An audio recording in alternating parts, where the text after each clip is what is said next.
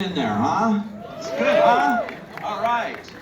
I am so happy to be doing this panel here because this movie is so good. And Maestro is the story of a love story of Leonard Bernstein and his wife Felicia, and the music, the fashion, all of that is in this movie. And we're going to talk about it today with three of the stars of it. Yes, they can talk finally. Strike is over, as you heard. We are so excited that they get to talk about this movie. So first up, please welcome, he plays David Oppenheim, not to be confused with that movie earlier. David Oppenheim in this, and he's so good. Matt BOMER.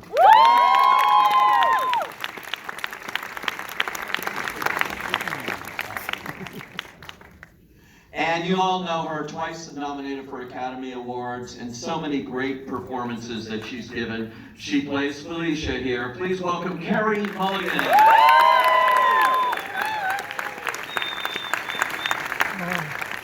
And I have four people still to go, even one seat here. The co-writer, the director, the co-producer, and the star. How about that? Four, it's all the same person.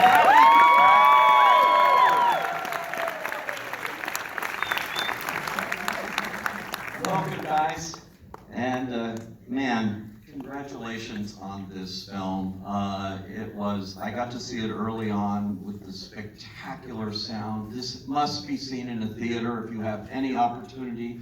Don't miss it. The way this has been constructed, this whole movie, it's just so good. We're going to take a look at it before we talk about it and give them a taste of it. You probably haven't seen it. How many have seen it? Yeah, so you're in for a real treat. Take a look at Maestro. Second directorial feature, not bad, Brad. Not bad at all. I mean, and just extraordinary. You can tell from that. You've been fated to do this, I think, since you were 8 years old. Is that right? Well, maybe.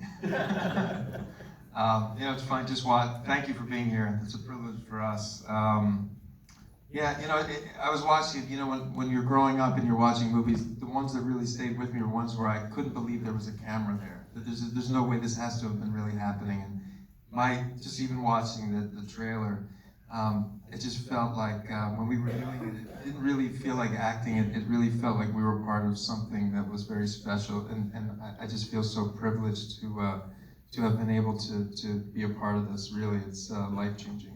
And you were always, you got Santa brought you a baton when you were... He did, yeah. I asked for a baton. I used to watch those cartoons, Looney Tunes, with Bugs Bunny conducting and Tom and Jerry, and I spent embarrassingly too many hours just pretending I was doing that as a kid, and even into my adolescent years, and maybe even college. And truly, I had that baton. I just lost it like a year ago. I don't know where the heck it is. I know. But my daughter just asked for one for Christmas, which is hilarious. I know. She's like, I want a baton. I was like, yeah. I didn't know it was called baton back then. I was like, the thing that Bugs Bunny's holding that makes music. And so I had all these years of being obsessed with it. So I think that certainly, made it more easily for me to be able to believe this sort of illusion and this beautiful journey as Lenny. Yeah, and of course the three Bernstein kids were very much in favor of your concept for this film, and all the way through shooting it and now in promoting it, and saying it's authentic, it's real, it warts and all, it has it all. You're not shying away from stuff. There are many famous Hollywood movies about musical geniuses and other people that sort of cheated on the facts. You were not going to make that movie. Well, it was the truth is the thing that lives, and everybody, these incredible actors just brought truth based on love. I mean, there's just truly a love for this, and I think the kids early on, they took a chance with me because I didn't know what I was going to write at the time that they gave us the rights to the music, but I did share with them my sort of passion for conducting, really. That was it, and that I was going to then research and find the story. And when I first came to them and said, I want to make a movie about your parents and your mother, they were really shocked. They were like, and I don't even know if they really believed that it was going to be a movie very focused on Felicia. So I think that they were very happy that we were able to unearth this incredible woman, this mother of theirs, and put her for you all to see and get to know. When I saw it, I realized By Carey Mulligan. Carey Mulligan's so magnificent in it. Which brings me to that. When I saw it, I realized this is not a biopic of Leonard Bernstein. This is a love story, and complications and all of that in this marriage. And it comes through, and it's actually thrilling to watch. And Carey, you're part of the reason it is. It's a great performance here as Felicia. And I understand you traveled to Chile even to meet relatives and people, and really put a lot of time in making this authentic.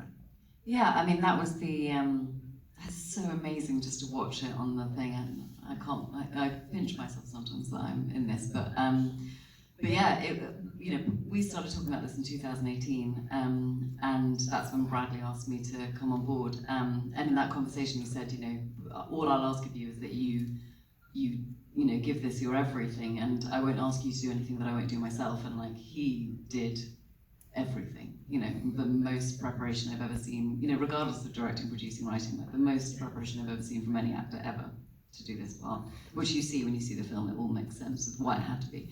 But so I wanted to meet him there as much as I could. So and she was such a fascinating character, and the more I learned about her, the more I wanted to learn about her, the more I wanted to, see. She was an act. She wanted to be an actress. She wanted to come to New York, but to know where she arrived, I needed to go back to where she came from. So I went to Chile, met her amazing family, heard incredible stories, and the Bernstein kids were just the whole way through just such an amazing inspiration to us. But yeah, it was the more we learned about them, the more we wanted to learn. And every time we spoke to people, I must have interviewed 30-some people, and they always talked about, they never said sort of, Lenny and then his wife. It was always Lenny and Felicia. They came as a duo, and that was always so, it was so powerful. And you could just see in their eyes and their voice the experience they had knowing them and how privileged they felt to have known them. And they really were this just incredible energies. I don't want to give away too much, but there is an incredible scene with you watching him conduct Mahler, and you see that with no words. And I just thought that was the essence of great screen acting to me, because we knew everything going through her when you did that, and you weren't relying on dialogue to show that. I thought there was so much depth. Thank you. I mean, I had something, we shot that very close to the end of our process. So we had these years together talking about the film, and then we finally got to, the proper rehearsal that we had, and then shooting it, and that was one of the last things we shot. And I was watching Bradley conduct London Symphony Orchestra, really, so there was that, which is no small feat. I mean, I didn't even know the beginning of what conducting was, but to watch all of the culmination of all of his efforts, in that moment, and then the journey that we'd been through as characters, and we'd shot almost everything else in the film by that point, and it was one of the last things that we shot. I mean, was it our last? Yeah, it's pretty much. I think it was the last time we were on camera after, together. Yeah, well, the last time we were on camera together was that moment. So it really was like the culmination of everything, and just kind of extraordinary to witness, and it was kind of the end of their story. What I loved about your filmmaking technique here too, when I literally knew, I love going into a movie and not knowing anything. And so I went and I go like, did he shoot this whole movie in black and white? Because the first 40 minutes are in black and white, and it's for a reason, and the aspect ratios change for a reason as the eras go on. Matt Bomer, you're in black and white in this movie. And that I thought was interesting, to tell the relationships there, because right off the bat, you do not try to hide the fact that he was bisexual and involved in other relationships, which is so interesting in the complications of his life and his loves, but his true love. Talk about getting to play David here and this opportunity with Bradley.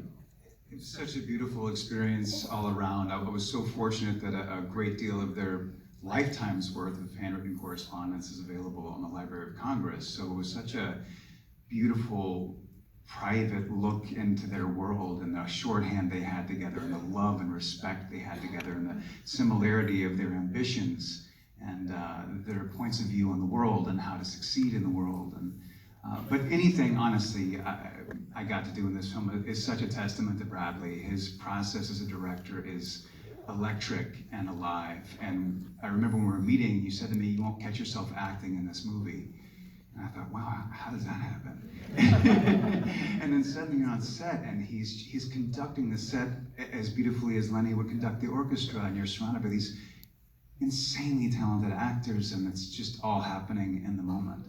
Talk about close-ups, you know, with no dialogue. There's such little real estate that we have dedicated in this movie to their relationship, and it's only because of this actor that we were able to tell that story with so much power. You know, one of my favorite moments, there's a moment where Lenny sort of, without any sense of consciousness, introduces Felicia to him, and they're also involved with each other intimately, and I just always wanted these two close-ups, and you don't even see Lenny. He's just back saying, "Oh, was that insensitive of me?"